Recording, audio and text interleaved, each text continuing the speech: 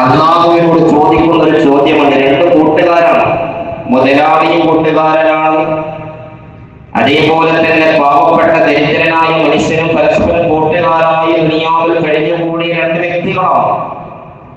ഈ മുതലാളി അള്ളാഹുവിന്റെ മുമ്പിൽ വരുമ്പോൾ അദ്ദേഹത്തിന്റെ സമ്പത്തിൽ കർമ്മങ്ങൾ കൂടിയിട്ട് അദ്ദേഹത്തിന്റെ പദവി അള്ളാഹു ഉയർത്തുമ്പോ ഈ പാവപ്പെട്ടവൻ ചോദിക്കുന്ന ഒരു ചോദ്യമുണ്ട്. യാ റബ്ബ്, അല്ലാഹുവേ, ലിമ റഫഅതഹു, എന്തിനാണ് ഈ മനുഷ്യന്റെ പദവി നീ ഉയർത്തിയത്?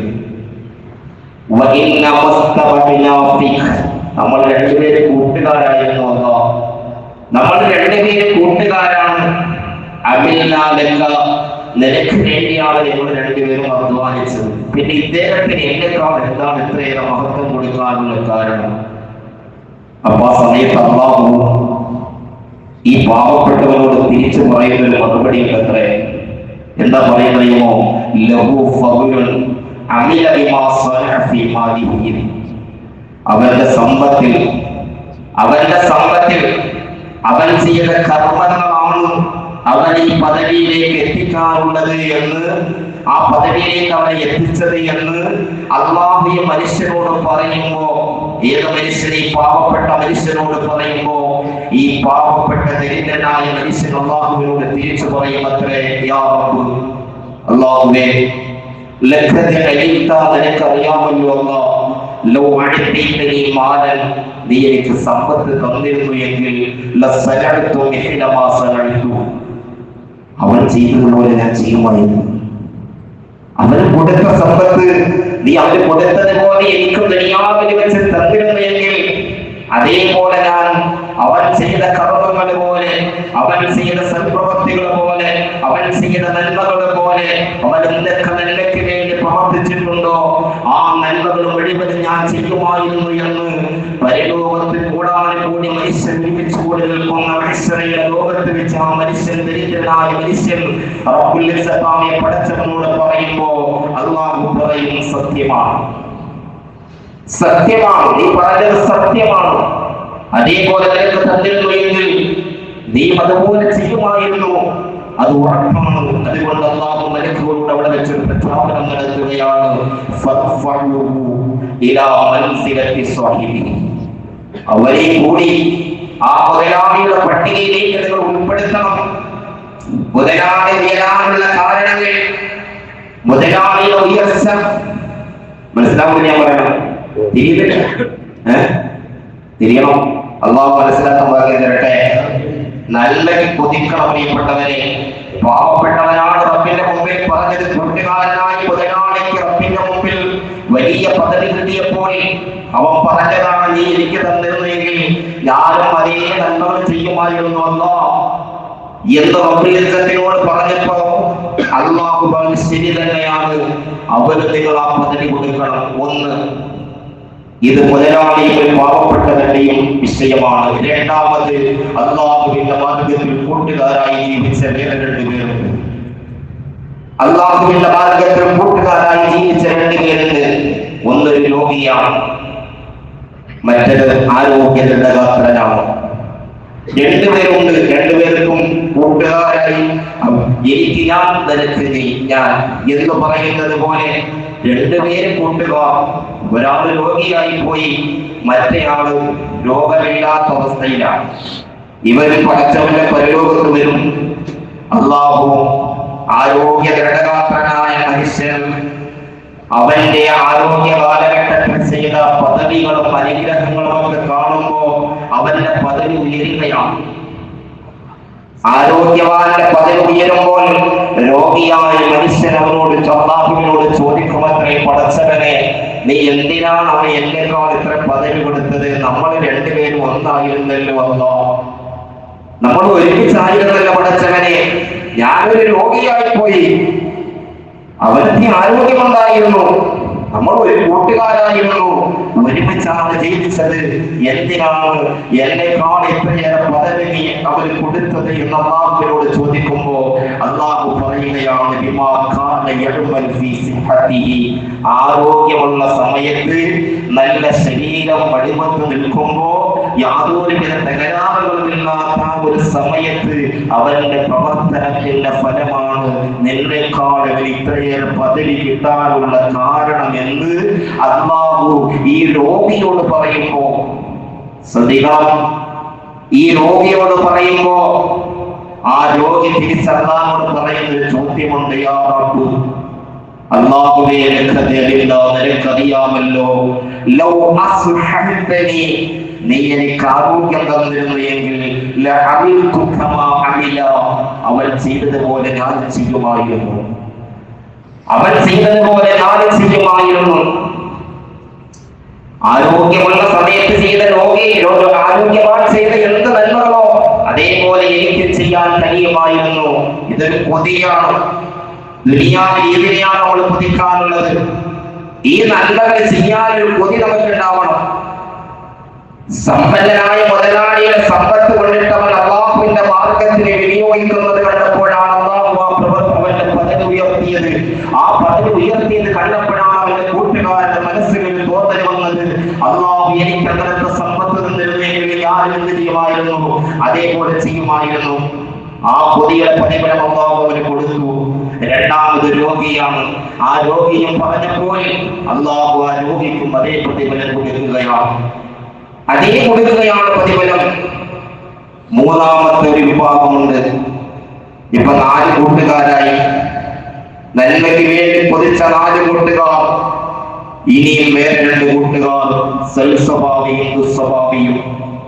സൽസ്വഭാവിയും ദുസ്വഭാവിയും നല്ല സ്വഭാവത്തിന്റെ ഉടമകളായി ജീവിച്ച 2 കൂട്ടുകാർ, ദുസ്വഭാവിയായ കൂട്ടുകാരൻ. 2 കൂട്ടുകാരും വരെ ജീവിച്ചിട്ട് അല്ലാഹുവിന്റെ മുമ്പിലേക്ക് ചെല്ലുമ്പോ സൽസ്വഭാവിയായ കൂട്ടുകാരന്റെ പദവികൾ ഉയർന്ന് അല്ലാഹുവിന്റെ മുമ്പിൽ വലിയ സ്ഥാനമാനങ്ങളിലേക്ക് എത്തി നിൽക്കുന്നത് കാണുമ്പോഴാണ് അവന്റെ കൂടെ നടന്ന ദുസ്വഭാവിയായ മനുഷ്യൻ ചോദ്യം ചോദിക്കും, പടച്ചവനെ, എന്തിനാണ് എന്നേക്കാൾ അവർ ഇത്രയേറെ മഹത്വം കൊടുത്തത്? ഞങ്ങൾ 2 പേരും ഒന്നായിരുന്നല്ലോ.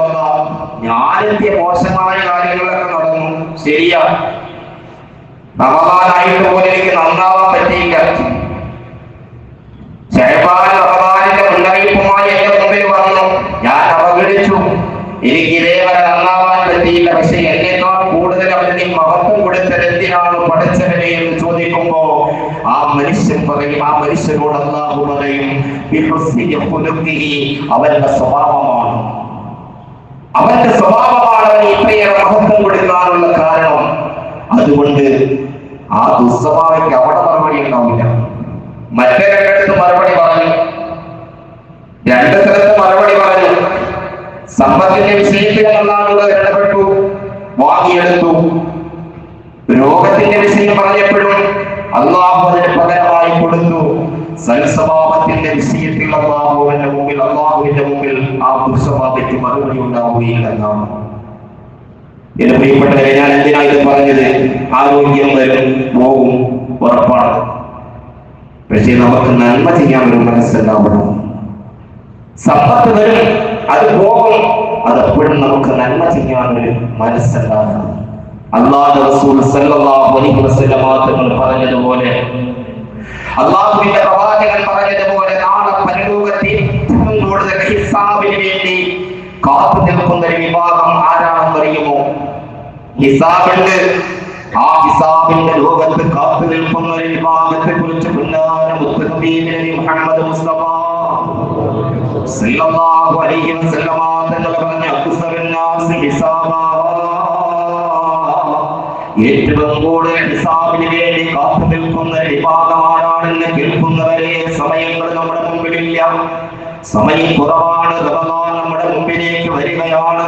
നന്നാവാനുള്ള തയ്യാറെടുപ്പുണ്ടാകണം. നന്നായി അല്ലാഹുവിന്റെ പരിശുദ്ധമായ റമദാനിലേക്ക് നമുക്കൊന്ന് കിടക്കാനുള്ള സമയമാണ് നമ്മുടെ മുമ്പിലേക്ക് വരുന്നത്. ദിവസങ്ങൾ മാത്രമാണ്, മണിക്കൂറുകൾ മാത്രമാണ് പരിശുദ്ധ റമദാനിലേക്ക് നമുക്ക് എത്താനുള്ളത്. നന്നായില്ലെങ്കിൽ എന്ത് നന്നാവാനാണ് പ്രിയപ്പെട്ടവരെ?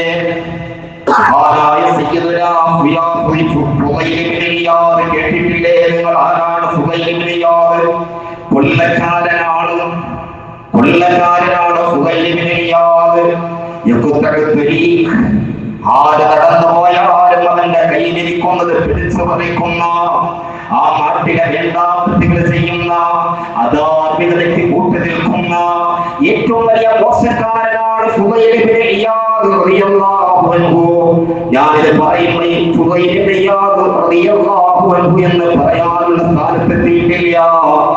പക്ഷേ ഫുദൈൽ ഇബ്നു ഇയാദ് നന്നായത് ഒരല്പസമയം കൊണ്ടാണ് നന്നായത്. ഒരുപാട് വകത് കേട്ടിട്ടല്ല ഫുദൈൽ ഇബ്നു ഇയാദ് നന്നായത്. ഖുർആൻ മുഴുവൻ ഓതിയിട്ടല്ല ഫുദൈൽ ഇബ്നു ഇയാദ് നന്നായത്. റമദാനിന്റെ 30 നോമ്പ് പിടിച്ചിട്ടല്ല ഫുദൈൽ ഇബ്നു ഇയാദ് നന്നായത്. ദാനധർമ്മം കൊടുത്തിട്ടല്ല ഫുദൈൽ ഇബ്നു ഇയാദ് നന്നായത്. കൈവാളിയത്തിന്റെ കില്ല് പിടിച്ച് പൊട്ടിക്കരഞ്ഞിട്ടല്ല ഫുദൈൽ ഇബ്നു ഇയാദ് നന്നായത്. ഹജ്ജുകൾ ഒരുപാട് ചെയ്തിട്ടല്ല ഫുദൈൽ നന്നായത്. പാപങ്ങളെ സഹായിച്ചിട്ടല്ല ഫുദൈൽ ഇബ്നു ഇയാദ് റളിയല്ലാഹു അൻഹു നന്നായത്. കേട്ടുകൊള്ളുക, ഫുദൈൽ മോശക്കാരനാണ്.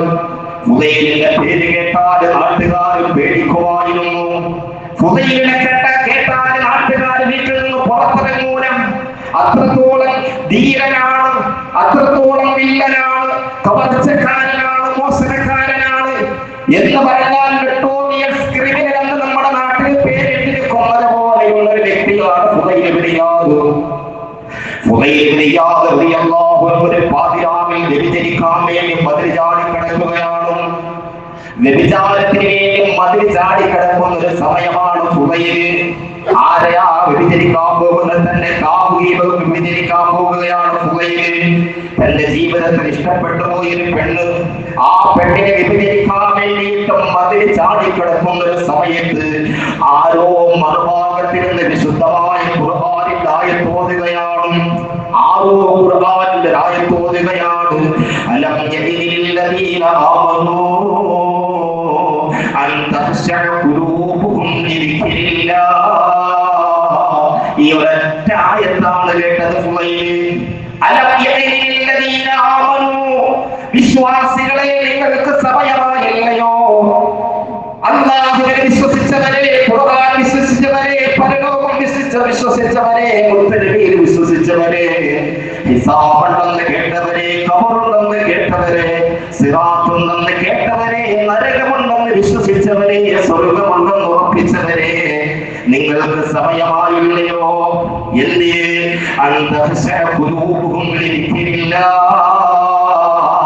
അല്ലാഹുവിനെ പേടിക്കാൻ നിങ്ങൾക്ക് സമയമായില്ലയോ? ആരാ കേൾക്കുന്നത്? പച്ച വ്യഭിചാരിയാണ് കേൾക്കുന്നത്. വ്യഭിചരിക്കാൻ മതിലിന്റെ മുകളിൽ ചാടി കയറി നിൽക്കുന്ന ഫുദൈലാണ് ഈ ആയത്ത് കേൾക്കുന്നത്. അത്ഭുതത്തപ്തനായി ഫുദൈലിനെ എന്തോ വന്ന് ബാധിച്ചതുപോലെ ഫുദൈൽ റളിയല്ലാഹു തആല ഈ ആയത്ത് കേൾക്കുമ്പോൾ ഖാല ബലാ യാ റബ്ബ്, സമയമായി പടച്ചവനെ,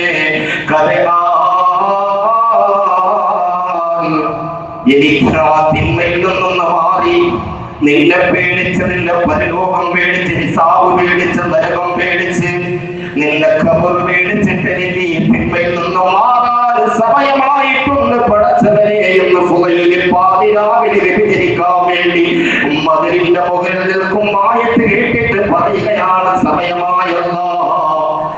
ഫുദൈൽ റളിയല്ലാഹു അൻഹു പിന്മാറുകയാണ്.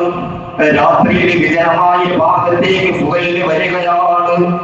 ആ സമയത്ത് ഒരു സംഘം ആളുകൾ ഫുദൈലിന്റെ മറുഭാഗത്ത് നിൽക്കുകയാണ്. അവർ യാത്ര കഴിഞ്ഞോ മടങ്ങി വരുന്ന വിഭാഗമാണ്, പാതിരാവിലാണ്. ഫുദൈൽ റളിയല്ലാഹു അൻഹു നോക്കുമ്പോൾ ഫുദൈൽ പാതിരാവിൽ ഇങ്ങനെ ഇരിക്കുമ്പോൾ അവർ പരസ്പരം ചർച്ച ചെയ്യുകയാണ്. നമുക്കിനി യാത്ര തുടരാം, നമുക്കിനി ഇവിടെ നിന്ന് അവർക്ക് യാത്ര തുടരാം. ചിലര് പറഞ്ഞ് വേണ്ട, പോകണ്ട, ഫുദൈൽ വഴിയിൽ എവിടെയെങ്കിലും കാണും, നമ്മളെ സമ്പത്ത് കൊള്ളയടിക്കും, നമ്മളെ കൈകളെ വെട്ടിമുറിക്കും, ഫുദൈൽ നമ്മളോട് വേണ്ടാത്തത് ചെയ്യും. ഇതാരാ കേൾക്കുന്നത്? ഫുദൈൽ റളിയല്ലാഹു അൻഹു കേൾക്കുകയാണ്. ഫുദൈൽ റളിയല്ലാഹു തആല ആ സമയത്താണ് ചിന്തിച്ചു പോയത്,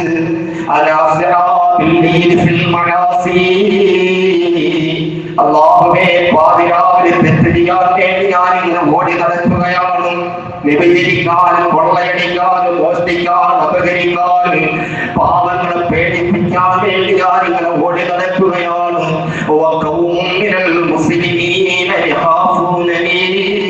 ഒരു വിഭാഗം എന്നെ പേടിച്ച് വീട്ടിന്റെ ഉള്ളിലിരിക്കുകയാണ്. ഒരു വിഭാഗം എന്നെ പേടിച്ച് വീട്ടിന്റെ ഉള്ളിലിരിക്കുകയാണ്. പടച്ചവനെ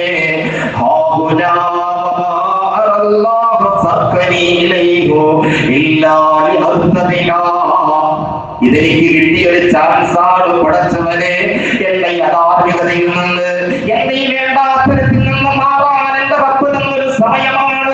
അതുകൊണ്ട് പുകയില് മനസ്സുകൊണ്ട് തീരുമാനിക്കുകയാണ്. പടച്ചോനെ പുകയില് സർവവൃത്തികേടുകളിൽ നിന്ന് മാറുകയാണ്. ഇനി പരിശുദ്ധമായ മക്കത്തിൽ മുഖറമയിൽ വന്ന് നിന്റെ പരിശുദ്ധമായ കൈവാലയത്തിന്റെ ചാരത്ത് വന്ന് നിനക്ക് ഇബാദത്ത് ചെയ്ത് എന്റെ ജീവിതത്തിന്റെ സമയങ്ങൾ മുഴുവൻ നിനക്ക് വേണ്ടി സമർപ്പിക്കാനുള്ള സമയം എന്റെ തീരുമാനം ഞാൻ എടുത്തിരിക്കുകയാണ് എന്ന് മഹാനായ സയ്യിദുനാ ഫുദൈൽ ഇബ്നു ഇയാദ് റളിയല്ലാഹു അൻഹു തീരുമാനിച്ചെങ്കിലേ വിശുദ്ധ റമദാനിൽ കടന്നു വരികയാണ്. നന്നാവാനുള്ള സമയമാണ് സഹോദരങ്ങളെ. ആ സമയത്തിന് വേണ്ടി നമ്മുടെ ജീവിതങ്ങൾ, നമ്മുടെ സമയങ്ങൾ അതിനു വേണ്ടി നമ്മൾ മാറ്റിവെച്ചിട്ട് അതിലേക്കൊന്ന് തിരിഞ്ഞിട്ട് ജീവിതത്തെ ഒന്ന് സംശുദ്ധീകരിക്കാൻ, ഇനിയൊന്ന് നന്നാവാൻ ഫുദൈൽ നന്നായതെങ്കിൽ നമുക്ക് നന്നാവാനുള്ള സമയം അല്ലാഹു തന്നിരിക്കുകയാണ്. ഇനി അറിയില്ല എപ്പോഴാണ് റൂഹ് പോകുന്നതെന്ന് അറിയില്ല. മുആദ് മരിക്കാൻ കിടക്കുകയാണ്. സഹാബിയാണ് മുആദ് റളിയല്ലാഹു അൻഹു. ഞാൻ നിർത്തുന്നു. ഇതൊരു വല്ലാത്തൊരു ചാൻസ് ആണ്. ഈ ചാൻസ് എപ്പോഴും അല്ലാഹു തരണമെന്നില്ല. ആയുസിന്റെ കണക്ക് പുസ്തകത്തിൽ ദിവസങ്ങൾ ഇങ്ങനെ കഴിയുകയാണ്. റജബ് കഴിഞ്ഞു പോയി. നന്നാവാനുള്ള സമയം നമ്മൾ വീണ്ടും ശഅബാനിലേക്കൊന്ന് പോകാം. ശഅബാനിന്റെ പാതി പിന്നിട്ടു. ഇനിയും നന്നാവാനുള്ള സമയം റമദാൻ വരികയല്ലയോ? കാത്തു നിൽക്കേണ്ട പ്രിയപ്പെട്ടവരെ, റമദാൻ നമ്മളിലേക്ക് വന്നു. ഈ മരിക്കുന്നത് എപ്പോഴാണെന്നറിയില്ല. മരിച്ചാൽ എനിക്ക് സ്വർഗം നഷ്ടമാണോ, അതല്ല ഞാൻ നരകത്തിന്റെ അവകാശിയാണോ? മഹാനായ സയ്യിദുനാ മുആദ് റസൂലുള്ളാഹിയുടെ സഹാബിയാണ്. മുആദ് റളിയല്ലാഹു അൻഹുവിന്റെ സഹാബിയാണ്. മരിക്കുന്ന സമയത്ത് കരയുകയാണ്. സഹാബി പൊട്ടി പൊട്ടി കരയുകയാണ്. ആളുകൾ വന്നിട്ട് ചോദിക്കുന്നു, മുആദേ നിങ്ങൾ കരയുന്നോ? നിങ്ങൾ റസൂലിന്റെ കൂട്ടുകാരനല്ലേ മുആദ്? നിങ്ങൾ ഹബീബിന്റെ കൂടെ ഇരുന്നവർ, ഹബീബിന്റെ യാത്രയിൽ പങ്കെടുത്തവർ, ഹബീബിന്റെ കൂടെ ഹജ്ജിന് പോയവർ, ഹബീബിന്റെ കൂടെ ഉംറ നിർവഹിക്കാൻ പോയവർ, മുആദിന് ഹബീബിനോടുള്ള മഹത്വങ്ങൾ മുഴുവനും കൂടിയിരുന്നവർ വിശദീകരിച്ചു കൊടുക്കുകയാണ്. ആ സമയത്താണ് മുആദ് തങ്ങൾ പറഞ്ഞിരച്ച മറുപടിയാണ്,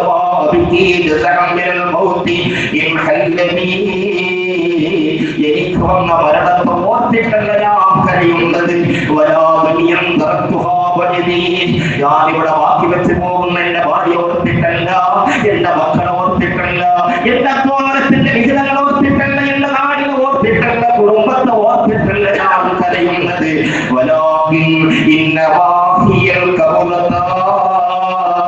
ഞാൻ രണ്ട് പിടിയുടെ ഇടയിലാണ്.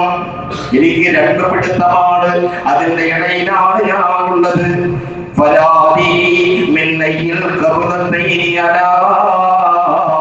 ഏത് പിടിയിലാണ് ഞാൻ പെടുന്നത് അതെനിക്കറിയാത്തൊരു വേദനയാണ്. എന്ത് പറഞ്ഞാൽ ഞാൻ സ്വർഗമാണോ അതല്ല മരിച്ചാൽ നരകമാണോ എന്ന് എനിക്കറിയില്ലല്ലോ. ആ വേദനയുടെ പേരിലാണ് ഈ മുആദ് കരയുന്നതെന്ന് റസൂലിന്റെ സഹാബിയായ മുആദ് പോലും കരഞ്ഞു പോയെങ്കിൽ സ്വർഗം നഷ്ടപ്പെടാൻ പാടില്ല. സ്വർഗം വാങ്ങാൻ അവസരം നമ്മുടെ മുമ്പിൽ ഇതാ തുറക്കുകയാണ്. റമദാൻ ഇതാ വരികയാണ്. തറാവീഹ് നടക്കാൻ പോകുകയാണ്. ഇഅ്തികാഫുകൾ നടക്കുമല്ലോ. ഖുർആനിന്റെ പാരായണങ്ങൾ ഒരുപാട് ഓതാനുള്ള സമയം വരികയാണ്. ദുആഇന്റെ ഇജാബത്തിന്റെ സമയം വരികയാണ്. ദിക്ർ ചൊല്ലാൻ, സലാത്ത് ചൊല്ലാൻ, അല്ലാഹുവിലേക്ക് കൂടുതൽ അടുക്കാനുള്ള സമയം റമദാൻ ഇതാ നമ്മളിലേക്ക് വരുന്നു. ഈ സമയത്തിന് വേണ്ടി ഒരുങ്ങി തയ്യാറായി അതിനു വേണ്ടി നമ്മൾ എല്ലാവരും പരിശ്രമിക്കണമെന്ന് ആദ്യം എന്നോടും അതുകളിൽ നിങ്ങളോട് ഞാൻ ഓർമ്മപ്പെടുത്തുകയാണ്.